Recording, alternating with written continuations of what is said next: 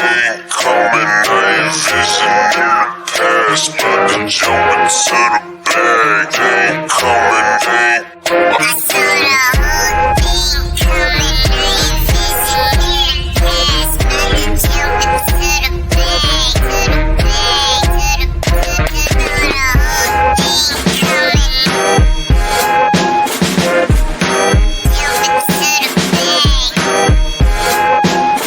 I saw the whole thing coming.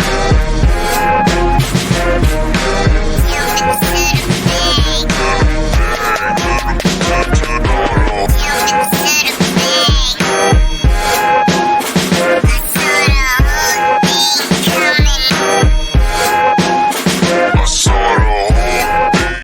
Me. Straight up no McDonald's. No. You go to McDonald's for X amount of things, and it's the fries, it's the apple pie, it's the high C orange. That's what you go to McDonald's for. And if you want to slip in a burger there, then you do. But yeah, the only other pie that I've tried at McDonald's other than the apple pie is the Alpea pie in Hawaii, and that one was pretty doggone good. But cookies and cream pie kick rocks. Nope. All right. So we have come to the end of the Let's Wrap section. But before we get to, because we're about to interview Kendall B, this is what we've been waiting for. I want to drop something on you that I found this week on the internet. So everybody just have a good time with this. I feel the rain. I feel the rain. It's raining all over me. I'm moist. I'm moist. Call and response, I said I'm moist. I'm moist. Good God, I'm moist. I'm moist. Yes, I am. Rain all over me. I'm saturated. I'm saturated.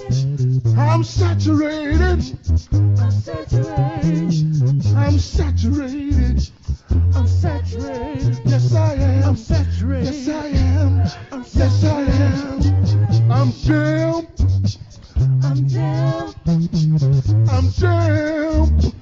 I'm down. Lord, I'm down. I'm down. Oh Lord, I'm down. I'm down. I'm even. Make it stop. Oh my God.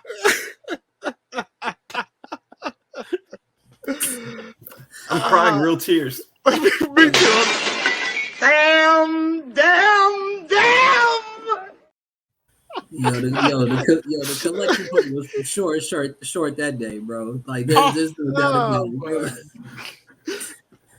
bro. That's real. It's real. Like I've never seen that hymnal. Ah, my God, that is real. That is damn real. That is real. All right. Oh my gosh. They're fighting. Buddy and Kevin show up. Yep. And they go on to help this situation, but the fight ends up ending. Rick, knocks out Greg. Right. Okay. Yeah. Now the moment we've all been kind of waiting for. Now, how does it come crashing down? Well, it comes crashing down because Kevin is there. Kevin is getting ready to say, but you're my girlfriend. Kevin is getting ready to give it away. She stops him because she sees it coming. Like, you can't, you're not going to ruin my secret. I've got to be the one to tell Rick. Yep. Which is true, right? She has to be the one. For sure, at this point. Yeah. Okay. So she goes to tell. This is where I think I caught on to this movie. And it caught my eye because we talked about it last week on Purple Rain, right? The scene with how she has to tell Rick, it's probably one of the most epic scenes within this kind of realm of a movie, right? They go off out front. Mind you, all this fight happens in front of the prom. Like, all these words are being said in front of everybody. They go off to the most quietest place to talk. Mm-hmm. She's trying to tell him. Rick don't want to hear it. So she talk about. She just does what she does best. She just went in and kissed him, right? She was feeling him. Right? Did she kiss him first? No. No. That's what it was. He was like, that's right. She was like, I'm a female. He was like, nah, you're just gay. She's like, nah, I'm a girl. Like he still wasn't buying it. Right. And then the most epic scene happened. She tore open her shirt, and we get the titties. We get the hold on. Applause for the titties. Oh, we get another one. We get them. And you talking about me? That scene stood out to me because I know that's probably what got me to watch that movie, bro.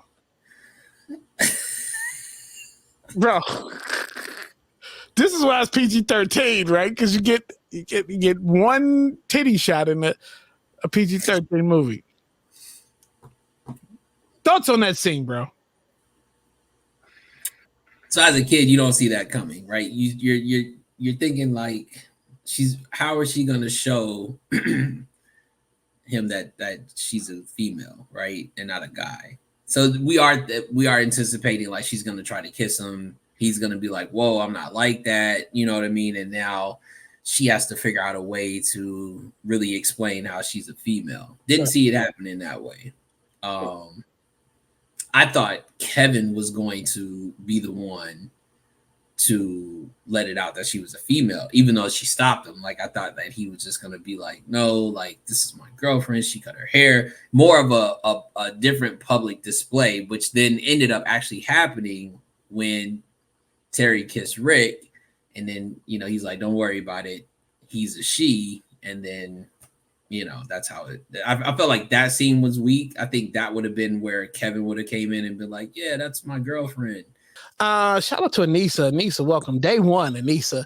All right, so we're going to do this one in 60 seconds or less because we got to get to the Black Business Series with our brother Quinn. Here we go. 60 seconds or less. Everybody's response. Let me know what you think. So McDonald's just announced that they're going to do a double Big Mac. That's 3 pieces of bread, 4 patties, double the sauce, double the cheese. Yeah, 60 seconds or less. My thoughts on this. You might as well have a coffin laying next to you after you eat this, because after you eat one bite and your body tries to digest this, just go lay in the coffin. Cause it just make it easy on your family and leave the wrapper by there so they know what happened. I can't even get through one Big Mac, a regular. Now you're gonna give me a double? Sign me up. Sign me up. Just be all right. 60 seconds or less. Quinn, thoughts on the double Big Mac? I can say up front, I ain't gonna ever buy one because I like beef. But my goodness, how do you explain that to anybody sitting in the car with you when you get it? How do you look at something? I look at my girl with that in my hand. She gonna just get out the car. I'm just telling you, I can't do it. You gonna have a long night if you get through half of this. You gonna have a long couple days. Oh wait. What Morgan has done with his farm and YouTube channel since he moved north. So I see it all the time. I watch the videos. See it on Instagram. I see the YouTube channel. Plug your YouTube channel real quick because it is a big thing. Goldshaw Farm. Yeah, just check it out. It's 2 videos a week is usually what we do. Nice. And I think from everything you described from the day that you have, to see like the videos that you put together, still be able to create good content on top of managing like 2 other lives, your farm life and then your home life. That's incredible. And then, your following is just, we'll get into the following. But yeah, I think that, from our first conversation that we had, I think it definitely just vlogged your experience from your packing up your place in DC and hitting the road and all that, and to where we are now. I saw a video a couple weeks ago where you took electric voltage to the forehead. Yeah. Yeah. So one of the biggest projects I had this year was we took about a 10-acre area on the farm and we put like a 5-foot high fence And my goal is to actually totally free range my ducks and geese and chickens out in the pasture next year. And so I've got a livestock guardian dog who keeps the predators away. I've got this fence, and I decided to put like an electric top wire on the top. So if like a raccoon or a weasel tried to climb over the fence, they'd get shocked. And so it's like an 8,000 volt fence because I have a bear and I have to keep bears away. Like, you know, like it's that aggressive. And I have this one spot right over a gate where either I have to move it and open it, or what I was usually doing at the time would be I would just like sort of duck underneath it. And I happened to be going out there while shooting a video one morning and just hit myself in the head with it. So 8,000 volts right to the dome. And it like knocked me on the ground. I was like, I was like just talking gibberish for a second or two, and like just dazed. And I like only half remember shooting the rest of that video to this day. It really does feel, when you get shocked like a little bit, right? Like low voltage, like 2,000-3,000 volts, which happens all the time if you're working with electrical fencing. It feels like maybe a bee sting. It's like not that bad. But this was like hitting like a 2x4 in the head, and it was. If you guys see the video, you'll see it. Like I just go down for the count, like it just dropped like a sack of potatoes. You held the camera though. I think you held on. Well, no, I didn't even though. See, that's the thing. So I happen to have, and this is actually what made it such a cool video. GoPro makes this like 3D camera, and so it's got like basically two camera lenses on each side, and so when you record, you just like hold it out on a stick, sort of like this. And so you're walking around like this with your camera. And so like I had it like that and I fell and I dropped the camera. But, you know, after you record, you can like frame up your shot and like get it just right. And so it's like the perfect view of me getting shocked in the head, which is kind of weird. Girls snore. And I think where it's at now is that I think nine out of 10 pretty girls actually snore, and I'm not talking about the pretty snore or the nice cute snore, like really be getting it in to where you just be looking at them like, what is happening? Is this a whole dude like sitting there? Like, why is you snoring that loud that you just, you know what I'm saying? So I don't know, but I feel like that has been the norm, that most pretty girls that I've come across and I've laid down next to snore. It's kind of crazy, and I need to know if is it just me. Now again, there may be some exceptions out there where they don't snore, you know what I'm saying, but they probably like candy corn or some shit like that, you know, just randomly. So or they fart in their sleep. That could be true too. You know, if they lactose, you just it's a wrap out. So, but again, yeah. So, what are your thoughts? You know, is this a thing? Because I feel like it is. I feel like it catch you off guard. You be like, why he's so pretty? Then you just at night you snoring like you know you work construction or some shit. Like I don't know what's really going on. What'd you think, Cleo? Oh me, oh, my bad. I thought you was gonna. You're so messy. What? I mean, you know. All right, Danny, what did you bring for shooting? Hold on.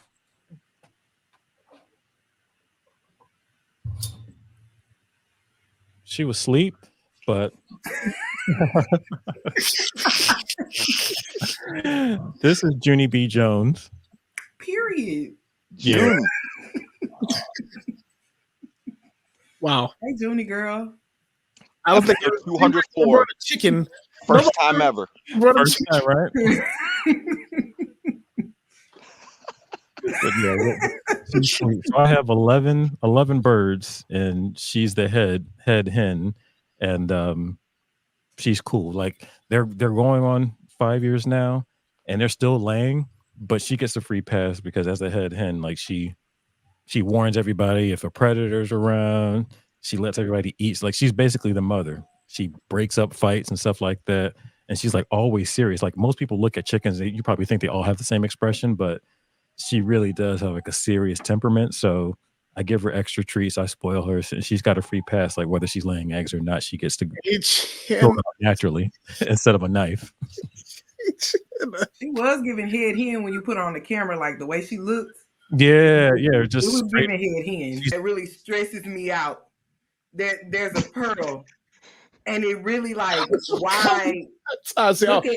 that's a And pearl. you know what? Oh There's my somebody God. in the comments that I know for a fact will wear these shoes. I'm not gonna call her out, Oh, but God. I know that somebody in the comments will wear these, and you do not deserve my friendship for wearing these.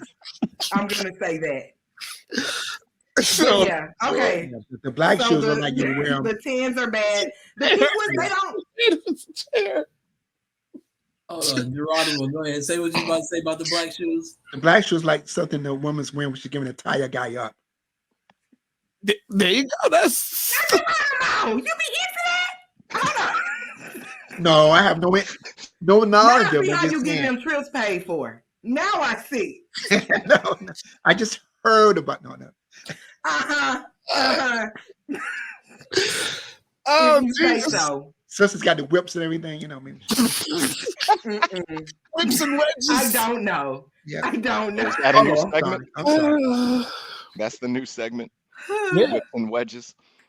Judge Michelle Ottoman. Doesn't matter if I say her last name. Let's just say Judge. Judge Yeah. Michelle. Again, it's like Belle Biv DeVoe. It's like poison here. Like, never trust a big butt and a smile, right? So if you Gets me don't know, every time. exactly. So if you don't know who, why we're talking about her today, let's just talk about this. She's a sitting judge, and she was this week. There was video footage leaked, so which is weird. I don't know who leaked this footage because it seemed to be in the privacy of her home with her sons or her family. They were watching a burglary videotape. I guess one of the, they were robbed or something early in the week, and they were watching footage from it. And while they were watching footage of it, in the comfort of your own home, this is why it's dangerous here, because comfort of our own home, the truth shall come out. And she dropped all kind of N-words, and then even referred to the burglar as a roach. So, yeah. Again, she had to been so comfortable with the person recording that she never thought it was gonna get out. I don't know how it got out. I tried to find it, and I could not find out how it leaked. But the fact that it did get out, and she's apologizing. She's apologizing. People are calling for her to step down. She's apologizing, and up to the day, she took an unpaid leave of absence because she's so embarrassed. Then she said she was suffering from, I guess, turmoil or whatever from the robbery, so she had took a sedative, and the sedative caused her to speak out in those racial slurs, and it was the medicine that made me a racist. Yeah, okay. I think they say most of the time, most people when you're drunk, the truth always comes out, right? One way or another. Yep. So, you know what a crisp box is, and just yeah, you want to be able to stack your shoes perfectly without anything bending. So, Right. One of those things. Exactly. I can't believe this shit's still happening here. So there was a story. There's always a story. And I got it from Shade Room. So there was a woman who was on an online dating service. And then we're going to retouch this. We're going to dive a little deeper into the story, but we'll just do the surface level stuff. We'll talk about just this story right now. Yeah. But it was a woman. She was an online dating service, which, the stats say that during the pandemic, online dating skyrocketed because a lot of people were stuck in the house, lonely, maybe not even lonely, but they wanted to get on, online and meet people and, do the online dating thing. So this is what she did. She got online and she met someone, and they talked for, I think she said, up to like 3 months, almost every day. She learned a lot about this guy. He was a cell phone salesman or something like that. And he worked in different parts of the world sometimes because he was lead sales, and he would go help open up stores in different branches. And so he was in Dubai, working at the cell phone store in Dubai. And, he pretty much, they got over there and he told her, I guess after they got some familiarity with each other, that someone stole his wallet. It had his passport in it, his ID, everything, and he was unable to get back to the States. So, but along the way before that, he had started asking her for money, I guess, little small things, but it was never cash. She would always have her send it via gift cards. So, eBay gift cards, blah, blah, blah. Whatever the gift card was, he told her he could take it and he could cash it in there wherever he was for cash. So she never had to send cash. She could just use it in gift card format and he could do it that way. Now, that never rung a bell. Where have you ever seen you can trade in an Applebee's $25 gift card and get cash for it? That is like one of the number one like scams. Yeah. And by me working retail a lot, yeah, gift cards are huge for scams. Okay, let me continue. Yep. So he had started asking for money. But anyways, the bigger part of the story was he was trapped over in Dubai and his time was up. He was ready to come home. It was time for him to come home. And he just didn't have a way back home. So she ended up over the course sending like $7,000. She didn't purchase, first of all, she didn't purchase the plane ticket for him. She sent the money again via gift cards so he could purchase his own plane ticket back home. And like none of these red flags started coming up. Like nothing. I've never sent money to someone that I don't know like that. You know what I mean? Like that I've not met in person. And like okay, there's more to the story, which will bring up more questions. So she sent the money for the plane tickets, and he was supposed to be back within a week. So she communicated with him, I guess, a couple of days before he was supposed to hop on his plane and arrive back home. And then she reached out to him again a day after he was supposed to arrive. And I guess it was still via the dating app or text and whatever it was. He never responded. And then when she got on the website, his profile was gone. Vamoose. Zippo. Out of here. No more. This guy's gone.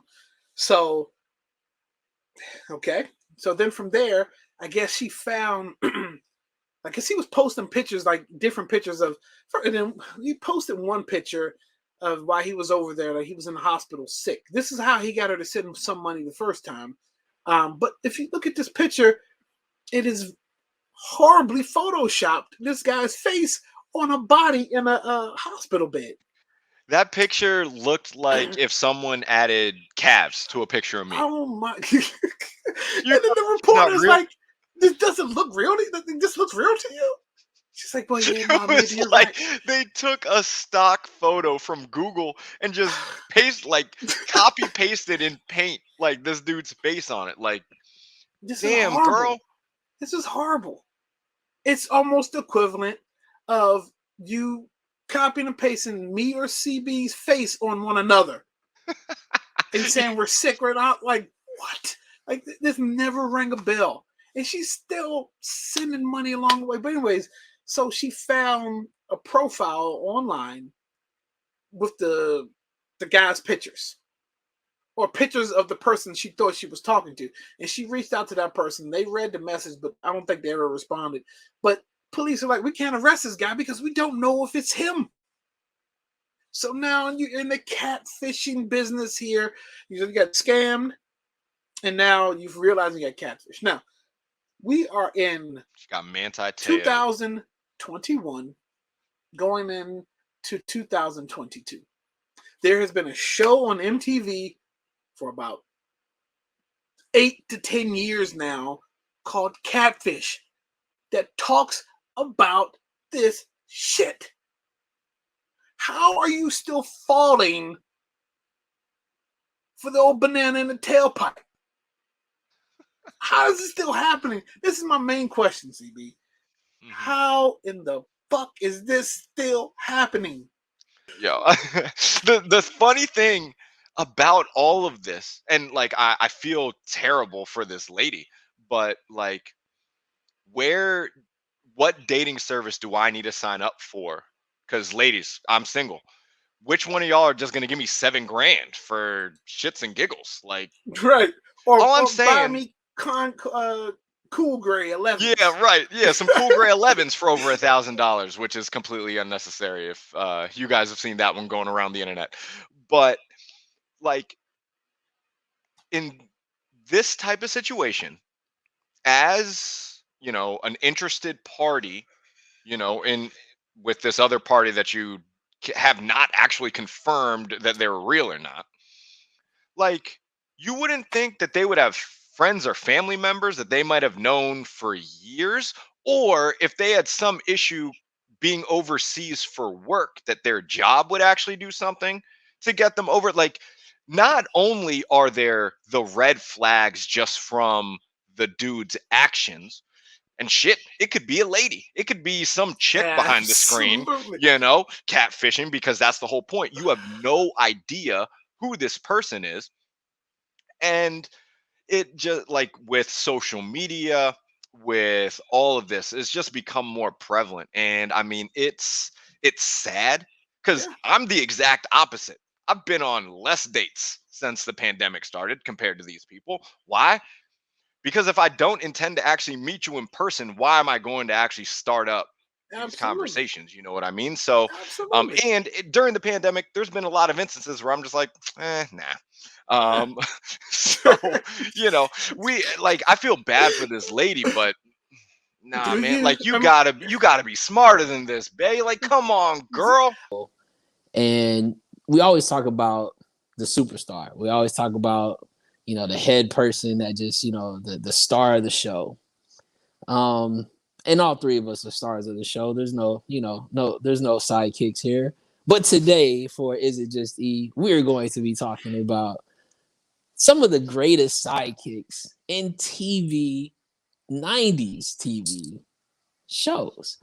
Listen here. You got my man, Vinny Del Pino from Doogie Howser. Everybody wanted a homie like Vinny. Why? Yes, he was a pain in the ass, but at the end of the day, you knew that he was going to look out for you. My man, Al from Home Improvement. Listen, Al may not have gotten it right all the time, but when he needed to, he got it right. And let's all just think, I was the one that really did the actually damn show. He actually knew what was going on. I was a superstar when it came to Home Improvement. Y'all can fight me on the next one all you want. Smithers held it down. You talk about he held something. Well, yeah, he did that too. That's since you wanted to bring that up, you know that's on you if you want to talk about that. However, when you talk about being shitted on in every episode possible and only having maybe one or two where you actually were the man, Smithers really was the best sidekick when it came to really all cartoons, to be honest with you. If you think about it, he really, for as long as The Simpsons has been on, Smithers has held it down. Now, the creme de la creme, my guy, your guy, everybody's guy, George Costanza. There's nothing else you can say about it. You have way more funnier moments with George than you do with Seinfeld. Why? Because George is a great sidekick and he can hold the room by himself. His energy on Seinfeld was none other and second to none. So these are my top picks for best sidekicks in TV shows in the 90s.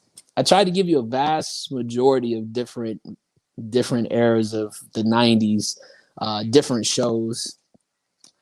I didn't go into there's some other shows that I could have added to this. We weren't playing that game today. This is my definitely missed a couple. Definitely. Listen, first of all, this is my segment, so I get to do this. You're right. So for everybody in the comment section that's gonna come up with, oh, you forgot, I didn't forget nothing. Again, these are my top sidekick superstars for the 90s. Okay. I mean, let me break this down. Doogie Howser, I couldn't get past the intro of Doogie Howser before I fell asleep. Are you what? Because it was past your bedtime. No, First of he all, was just always at the computer. I'm like, what is this? but the beat was hard though. The beat to look, Doogie Howser was still hard. Everybody knows that when you hear that initial do do do do do do, you're like, see, you already know it. You know it's coming on. Okay, it was okay show. Like Doogie, there was like 3 shows like kind of all were the same to me. Doogie Howser, Parker Lewis Can't Lose, and Wonder Years. Those are all kind of 3 of the same shows to me. I think they all live in the same town. Okay, I mean, look, let me tell you. 1 years is a stretch, but I'll let you slide because Kevin was the man. Home Improvement was so dope that CB was Al, and one of our for Halloween we dressed up. It was me, CB, and our boy Steve. We did the Home Improvement guys. CB was Al, Steve was Tim, and I was Wilson. I had the fence and all that. So I'll give you Al. Al was the brains at Operation. Tim was the comedy kind of. Smithers was cool. I mean, he had his moments on Simpsons. Simpsons all around dope show. So I'll kind of give you that. But Homer had some sidekicks too. Whatever. You pick these, that's fine. Seinfeld, I'll agree. But was George more pivotal than Elaine? Elaine had some huge moments too. We can leave Kramer out because I'm Kramer is Kramer. It was never an option. But to be honest, George's parents, his father, Jerry Stiller, was probably funnier than he was. Just the moments that he had on the show. If you want to go that route, you could say then he was funnier than the main actress on King of Queens, because that he was always funny. You know what I'm saying? You can't put him in that category because he stands out by himself, right? What I'm saying, sidekick wise, and I'll give you this: Elaine did have her moments, but take away Elaine's weird ass dancing and maybe 1 or 2 other episodes, George has way more episodes that you can remember that he held the show down on the side when Seinfeld was just doing his regular yelling, but Costanza with the girlfriends, listen, the whole ballpark, the New York Yankees situation, like everybody knows. The bed underneath his desk was funny as shit. I'll give you that one. Go ahead, CB. Before I start talking about the people he left off, because I'm definitely gonna get about the stuff he left off. Come on, 90s TV. There's a lot of people you missed that you have to talk about. Smithers kills me because of just the time put in. We talk about 90s shows. Smithers is still doing it. He cracks me up. And the Home Improvement, like you had to include those guys on there. Like Kaleo said, that one is a little bit more personal for us since we were runners up that year in the Office Halloween costume party. Yeah, we really thought we had it that year. We really did. Can't take down the machine. No, you can't. And so, yeah, I mean, I'm not going to fight these choices here. A lot of the shows that I was thinking, I was like, damn, those weren't even 90 shows. I was thinking of like shows that were right in the beginning of the 2000s and stuff. So, yeah, there's definitely some other ones that you could include, but I don't think this is a bad list. It's not. But my job is to show E the ones that he did forget that were pivotal shows. I'll leave sketch comedy out of it because there's a bunch of characters in that. But I mean, he definitely missed Tommy or Cole. No. Yes. No. You missed Tommy or Cole as sidekicks. I did not. Okay. I did not. Listen, understand this. The criteria for this part was those shows that Martin and the other shows that you're going to kick off, are so legendary that each person had their. Boom, there's a good one right there. You missed Steve Urkel. What? Who He was the was sidekick? He was the sidekick. To who? Carl was the main. Originally, Carl was the main character. Oh my Steve God! You guys can't be serious. You guys can't be serious. Go back. You can't be serious. When you even say that, I'm not telling you where the show ended up. No, how it started. Who cares how it started? The whole point of it is the show is premised based upon one character, and who is that? It became to be Steve, but the first season, really. So you're gonna pick one season out of the other 7 or 8 that they had. You're gonna pick the one season that Carl was the main person. It was like, yep, you know what? He was a superstar. Should have brought him up. Are you serious? Come on now. It was Urkel and Stefan. I mean, he left a few of them out. I mean, by the way, John, fuck you too, because again, Family Matters, it's about Urkel. Nobody's saying, oh my God, Carl had an amazing performance in that. No. Again, all the shows that you guys wanted to have on here, understand this. The other players are so, like, they run their own, like, their chemistry of who they are. Because if that's the case, then you can say that Martin's other characters would have been the best sidekicks out of Gina or out of Pam. Pam in herself had enough good moments in Martin that she could have battled out Tommy Urkel. They went back and forth more than anything else. But so this one, this is in regards to I just saw the news that they're gonna open up Prince's spot for people to come through and view his his house, the kind of like a museum setup, all the stuff that he had in there. They let people see the ashes. They put the ashes on this point. And it got me to thinking that we have yet to have this debate on either Apollonia or Vanity, which has always been a classic. Which one are you taking? So is it just E is the segment of which one you taking, Apollonia or Vanity? And Cleo, I'm making you go first because absolutely. So it's oil and water here. I mean, I'm gonna go with Vanity. Vanity had the catalog. She's got the longer list of collabs. Vanity's on the times. Look, Vanity hands down because Apollonia is just the lookalike that had to come around and replace the original when the original was gone. So it is. She looked just like it. Like some people still get the two confused just because of the sound, but nah, I mean, to me, it's easy. But look, Prince did that on purpose, though. I mean, he had to. I mean, he had the group. It went from Vanity 6 to Apollonia 6. So the group was there, and when he lost his lead singer, he had to fill his shoes. I mean, I think they were in the middle of getting ready to shoot Purple Rain anyway, and those characters were written in there, so he had to go find someone like that. And then the truth, I'm about to get in real quick on some history. No, leave that alone. Just real quick. So, Prince and Vanity actually dated. That was the story. A lot of people don't know Apollonia was married. So that was just imagery just set up. She still was bad. Believe that? She was the replacement. I'm just saying. She was still bad. The replacement. Just be honest about that. She was still bad though. She was. I'm not taking it away. I mean, all right. Just okay. Maybe what you got?